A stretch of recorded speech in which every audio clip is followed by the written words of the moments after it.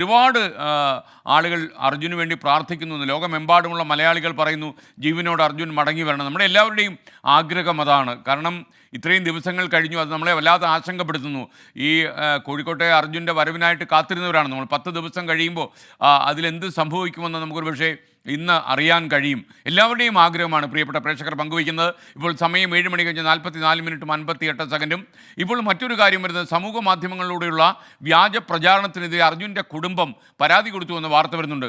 വാർത്താ സമ്മേളനത്തിലെ വാക്കുകൾ എഡിറ്റ് ചെയ്ത് തെറ്റായി പ്രചരിപ്പിക്കുന്നെന്നാണ് കുടുംബം പറയുന്നത്. അഭിജിത്ത് മുഴക്കുന്നു പെട്ടെന്ന് നമുക്കൊപ്പം ചേരുന്നു കോഴിക്കോട് നിന്ന്. Abhijith, good morning. അഭിജിത്ത്, എന്താണ് വിശദാംശങ്ങൾ? പറയൂ.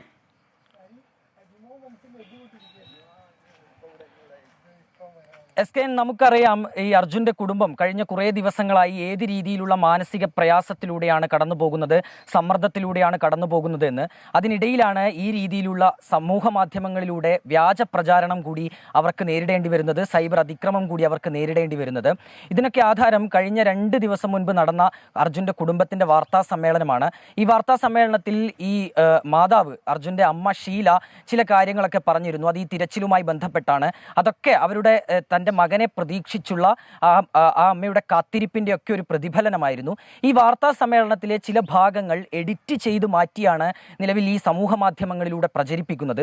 പേരറിയാത്ത, മുഖമില്ലാത്ത ചിലർ ഈ രീതിയിൽ സമാനതകളില്ലാത്ത ഒരു വ്യാജ പ്രചാരണമാണ് സോഷ്യൽ മീഡിയയിലൂടെ നടത്തുന്നത് എന്ന് പറയാതെ വയ്യ. ഈ അമ്മയ്ക്കൊപ്പം അന്ന് ഈ വാർത്താ സമ്മേളനത്തിൽ പങ്കെടുത്തത് ഈ അവരുടെ സഹോദരിയാണ്, ഷീല എന്നാണ് അവരുടെ പേര്.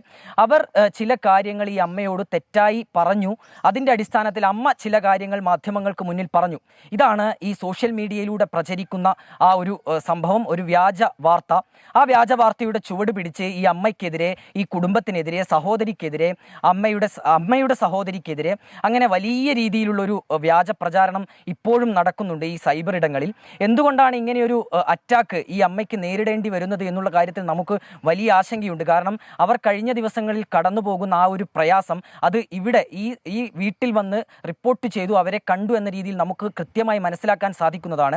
ഒപ്പം തന്നെ ആ വാർത്താ സമ്മേളനത്തിന് നമ്മളും അവിടെ ഉണ്ടായിരുന്നു. ആ രീതിയിലുള്ള ഒരു പരാമർശമല്ല, ആ രീതിയിലുള്ള ഒരു സംസാരമല്ല ആ കുടുംബത്തിൻ്റെ ഭാഗത്തു നിന്നുണ്ടായത് എന്ന് നമുക്ക് ഉറപ്പിച്ച് പറയാൻ കഴിയും. ഈ സാഹചര്യത്തിലാണ് ഈ രീതിയിലുള്ള ഒരു സൈബർ ആക്രമണം ഇവർക്ക് നേരിടേണ്ടി വരുന്നത്. ഏതായാലും കുടുംബം നിലവിൽ നിയമപരമായി മുന്നോട്ട് പോകാനാണ് തീരുമാനിച്ചിട്ടുള്ളത്. പോലീസിൽ, സൈബർ സെല്ലിൽ അവർ പരാതി നൽകിയിട്ടുണ്ട്. ചില യൂട്യൂബ് ചാനലുകളൊക്കെ വഴിയാണ് ഈ രീതിയിലുള്ള സൈബർ പ്രചാരണം നടക്കുന്നത് എന്നാണ് കുടുംബം നൽകിയ പരാതിയിലുള്ളത്.